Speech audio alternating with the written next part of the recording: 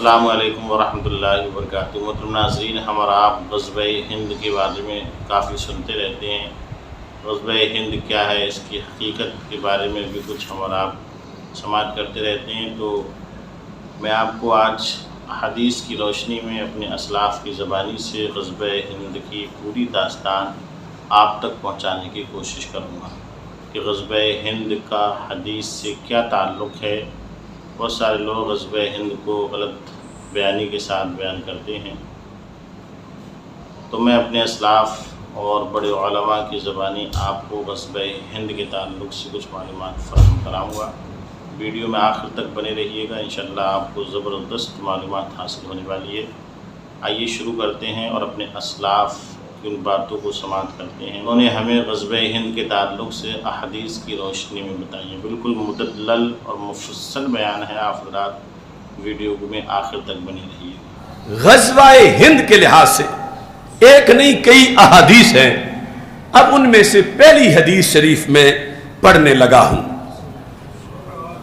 حدیث نمبر 1، یہ صحاح ستہ میں سے نسائی شریف میں ہے۔ نسائی شریف کے اندر پورا اس کا باب ہے، یہ دیکھ سکتے ہو، باب غزوۃ الہند، باب غزوۃ الہند، باب غزوۃ الہند کے اندر کئی حدیثیں لکھی۔ پہلی حدیث میں جو پڑھ رہا ہوں وہ حضرت ثوبان رضی اللہ تعالی عنہ سے مروی ہے، اور سند میں یہ لکھا ہے ان ثوبان مولا رسول اللہ صلی اللہ علیہ وسلم۔ لفظ مولا جس طرح آقا کے بارے میں بولا جاتا ہے تو غلام کے بارے میں بھی بولا جاتا ہے۔ وہ ثوبان جو سرکار کے غلام تھے، یعنی ویسے تو ہم سارے ہی غلام ہیں اور اس وقت بھی سارے ہی غلام تھے، لیکن آگے دو کیٹیگریز تھی، کچھ احرار تھے، حر تھے، اور کچھ جو غلامی کا سلسلہ پیچھے سے آ رہا تھا اور آگے اسلام نے ان کی آزادیاں کی۔ یہ ثوبان وہ ہیں جو رسول اکرم صلی اللہ علیہ وسلم کے غلام ہیں، خاص طور پر خدمتگار، ساتھ رہنے والے۔ انہوں نے اس حدیث کو بیان کیا کہ نبی اکرم صلی اللہ علیہ وسلم نے ارشاد فرمایا، عصابتان من امتی احرزہم اللہ من النار، دو لشکر میری امت میں ایسے ہوں گے، احرزہم اللہ من النار، وہ دونوں پوری کی پوری فوجیں جنتی ہوں گی، ان میں ایک بھی جہنمی نہیں ہوگا۔ احرزہم اللہ من النار، آگ سے رب انہیں بچائے گا، دوزخ میں وہ نہیں جائیں گے۔ دو لشکر میری امت میں ایسے آئیں گے میرے بعد، احرزہم اللہ من النار، رب ان کو آگ سے محفوظ رکھے گا۔ اس لشکر میں نام ہونا ہی جنت کی ٹکٹ ہے۔ کون کون سے؟ فرمایا عصابۃ تغزو الہند، ایک تو وہ لشکر جو غزوہ ہند کرے گا، عصابۃ تغزو الہند وعصابۃ تکون مع عیسی ابن مریم علیہ السلام، دوسرا وہ لشکر جو حضرت عیسیٰ علیہ السلام کی قیادت میں جہاد کرے گا دجال کے خلاف۔ یہاں اس حدیث کے اندر جو میں نے آپ کے سامنے پہلی حدیث بیان کرنا شروع کی ہے، اس کا ترجمۃ الباب غزوۃ الہند ہے، باب غزوۃ الہند، اور اس کی فنی حیثیت کہ حدیث کا درجہ کیا ہے، کس درجے کی حدیث ہے، تو درجے کے لحاظ سے یہ حدیث صحیح ہے۔ میرے پاس بہت سی حدیثیں ہیں غزوہ ہند کی جن کے جدا جدا حوالہ جات ہیں، یہ خوشخبری اور یہ اس لیے تھا رسول اکرم صلی اللہ علیہ وسلم کی طرف سے کہ اس وقت میں ظاہری حیات میں موجود نہیں ہوں گا تو مجاہدوں کا جذبہ بڑھے اور انہیں اس سلسلے میں پتہ ہو کہ یہ کوئی فضول کام نہیں ہے، اس کے لیے رسول اکرم صلی اللہ علیہ وسلم نے اپنا لاہ عمل ارشاد فرمایا ہے، اور اس کے لحاظ سے پھر اس کے دلائل بھی ارشاد فرمائے ہیں۔ اس سلسلہ میں دوسری احادیث پیش کرنے سے پہلے یہ جو فتوح البلدان ہے امام بلازری کی، اس کے اندر لکھا ہے حضرت فاروق اعظم رضی اللہ تعالی عنہ نے سروے کروایا ادھر کے معاملات کا، کہ ادھر غزوہ ہند کا سرکار نے فرمایا ہوا ہے اور ہم نے کرنا ہے، تو یہاں باب ہے بلازری کی فتوح البلدان میں فتوح السندھ، غزوہ ہند فتوح السندھ۔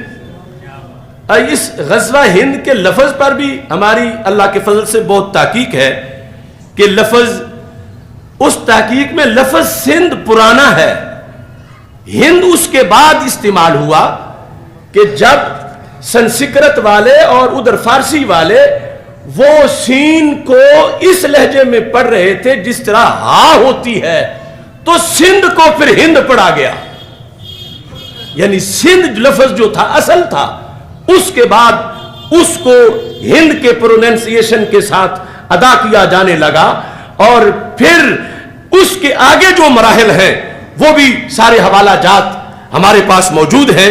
بہرحال یہاں یہ صورتحال ہے کہ حضرت فاروق اعظم رضی اللہ تعالی عنہ نے لشکر بھیجا تھا بحرین اور عمان میں 15 ہجری کو، تو اس میں حضرت عمر رضی اللہ تعالی عنہ نے ادھر بھیجا تھا حضرت عثمان بن ابی العاص ثقفی کو اور ان کے بھائی حکم کو۔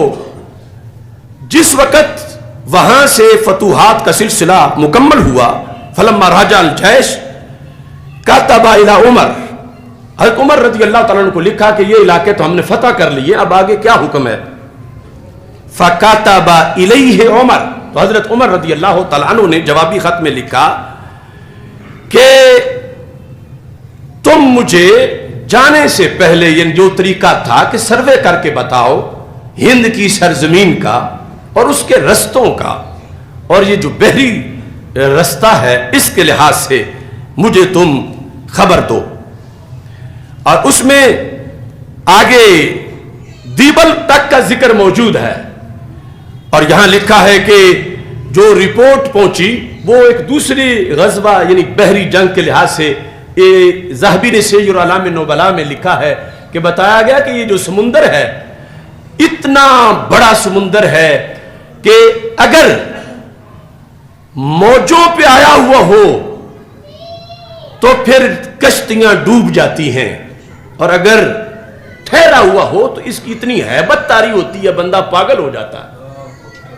تو حضرت عمر رضی اللہ تعالیٰ عنہ نے کہا میرے نزدیک ایک فوجی کی جان ساری سلطنت سے زیادہ قیمتی ہے، تو ابھی میں نہیں بھیجوں گا، ہم اپنی بحری قوت مزید مضبوط کریں گے تو پھر بحری جنگ ہم کریں گے۔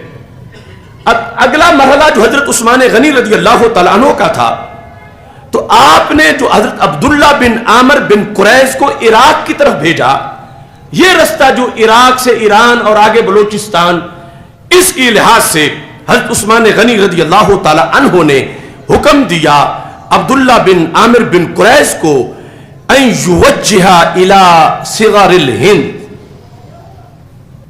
کہ کسی بندے کو آپ ہندوستان کی سرحدوں کی طرف بھیجو۔ حضرت عثمان غنی رضی اللہ تعالی عنہ نے حکم دیا، اور جو پورا سروے کر کے آئے کہ وہاں کیا حالات ہیں، جنگ لڑیں گے تو کیسے لڑیں گے، جو اس نقطہ نظر سے معلومات ضروری تھیں، تو حضرت عبداللہ بن عامر رضی اللہ تعالی عنہ نے اس کام کے لیے حکیم بن جبلہ عبدی کو بھیجا۔ تو حکیم بن جبلہ عبدی یہ بر صغیر کا سروے کر کے واپس پہنچے حضرت عثمان غنی رضی اللہ تعالیٰ عنہ کے زمانے میں، اور جب واپس پہنچے تو انہوں نے جا کر حال بیان کیا، پانی کیسا ہے یہ بیان کیا، پھل کیسے ہیں، اور چور ڈاکو کس انداز کے ہیں، یعنی ساری چیزیں علاقے کی دیکھنی ہوتی ہیں کہ سارا لشکر بھیجنا ہے، لوٹی نہ جائیں. یہ سارا تبصرہ وہ تفصیلاً علیحدہ کسی موضوع میں بیان کریں گے. تو ساتھ یہ خلاصہ دیا انہوں نے، کہنے لگے ان قل الجیش فیہا ضاعوا وان کسروا جاعوا. امیر المومنین زیادہ لشکر اگر بھیجیں گے تو بھوکا مر جائے گا، اور اگر تھوڑا بھیجیں گے تو ضائع ہو جائے گا. یعنی دشت تو دشت رہے دریا بھی نہ چھوڑے ہم نے، بحر ظلمات میں دوڑا دیے گھوڑے ہم نے. اس کے ساتھ یہ سروے بھی تھا کہ آگے جا کے جینا بھی ہے، رہنا بھی ہے، تو پہلے معلوم تو سارا کر لیں. تو اس بنیاد پر سروے کروایا جا رہا تھا. یعنی اس جہاد کے ساتھ یہ حکمتیں اور یہ سارا، اس میں حضرت عثمان غنی رضی اللہ تعالیٰ عنہ نے جب یہ لفظ سنے کہ کہہ رہے ہیں کہ صورتحال ایسی ہے کہ اگر ان قل الجیش فیہا ضاعوا، یہ جو لفظ ضائع بولتے ہیں نا، وہ اصل میں ضاعوا، ضائع ہو جائے گا لشکر، کچھ فتح بھی نہیں ہوگا، بندے بھی وہیں رہ جائیں گے. لشکر زیادہ چاہیے وہاں کے لیے. وَإِن كَسَرُوا جَاعُوا، یہ جو بھوک ہے، پھر اتنے ہمارے پاس سورسز نہیں کہ اتنا ہم بندوبست کر سکیں، پھر وہ بھوک کی وجہ سے ان کا نقصان ہو جائے گا. تو اس بنیاد پر حضرت عثمان غنی رضی اللہ تعالی عنہ نے بھی یہ فیصلہ معطل کر دیا. آگے بلازری کی روایت کے مطابق پہلا لشکر جو ہند کی طرف آیا وہ مولا علی کے حکم پہ آیا رضی اللہ تعالیٰ، اور دوسرا جو آیا وہ حضرت امیر معاویہ کے حکم پہ آیا رضی اللہ تعالیٰ. باقاعدہ اس کا 44 ہجری لکھا ہوا ہے.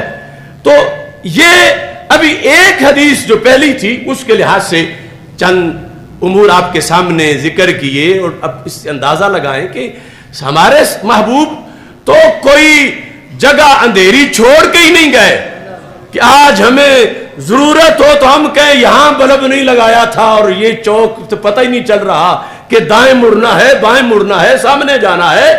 سرکار کو رب نے علم اتنا دیا تھا کہ میرے آقا صلی اللہ علیہ وسلم نے ہر گلی، ہر چپے اور ہر گھڑی کے لیے امت کو جو چاہیے تھا سرکار عطا فرما کے گئے ہیں. تو یہ ایک جھلک غزوہ ہند کی میں نے آپ حضرات کے سامنے پیش کی. ناظرین، یہ تھی غزوہ ہند کی مدلل اور مفصل گفتگو جو آپ نے سماعت کی. میں سمجھتا ہوں غزوہ ہند کے تعلق سے آپ اچھے سے سمجھ گئے ہوئیں گے کہ کیا ہے یا کیا نہیں ہے، اور ہمارے نبی صلی اللہ تعالیٰ علیہ وسلم نے کیا ارشاد فرمایا ہے. اور آپ جانتے ہیں قول خدا قول نبی فرمان نہ بدلا جائے گا، ہے قول خدا قول نبی فرمان نہ بدلا جائے گا، بدلے گا زمانہ لاکھ مگر قرآن نہ بدلا جائے گا. تو میرے آقا مصطفیٰ کریم صلی اللہ علیہ وسلم کا جو فرمان ہے وہ پتھر کی لکیر ہے اور اپنی جگہ اٹل قائم ہے. اس میں کسی بھی طریقے کی کوئی تبدیلی نہ کل تھی نہ آج ہے اور نہ صبح قیامت تک ہو سکتی ہے. ناظرین، ہمارا آپ کو چاہیے کہ ہم احکام شریعت پر اچھے سے عمل پیرا ہوں. پیارے مصطفیٰ جان رحمت صلی اللہ تعالیٰ علیہ وسلم کی سچی عقیدت و محبت ہمارے اندر ہونا چاہیے، اور ہمارے اعمال اور ہمارے رویے سے بھی یہ ظاہر ہونا چاہیے کہ ہم واقعی غلام مصطفیٰ ہیں، واقعی نبی صلی اللہ علیہ وسلم سے محبت کرنے والے ہیں اور آپ کو فالو کرنے والے ہیں. ہمارا لباس بتائے، ہمارا چال و چلن بتائے، ہماری گفتار بتائے، ہمارا کھانا پینا بتائے، ہمارا اٹھنا بیٹھنا بتائے، غرض کہ ہمارا ہر ایک عمل یہ بتائے کہ ہم مذہب اسلام کے ماننے والے ہیں، ہم مسلمان ہیں، ہم ایمان والے ہیں، ہم نبی صلی اللہ علیہ وسلم کے سچے عاشق ہیں اور ان کے نام پر اپنے آپ کو قربان کرنے والے ہیں. السلام علیکم ورحمۃ اللہ وبرکاتہ.